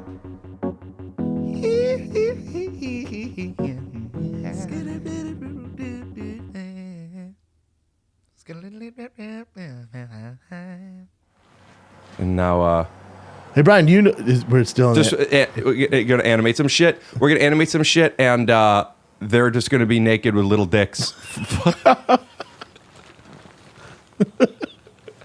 They're just going to be naked with little dicks fighting, and put me in the corner. Scared. Yeah, I'll just be in the corner watching watching.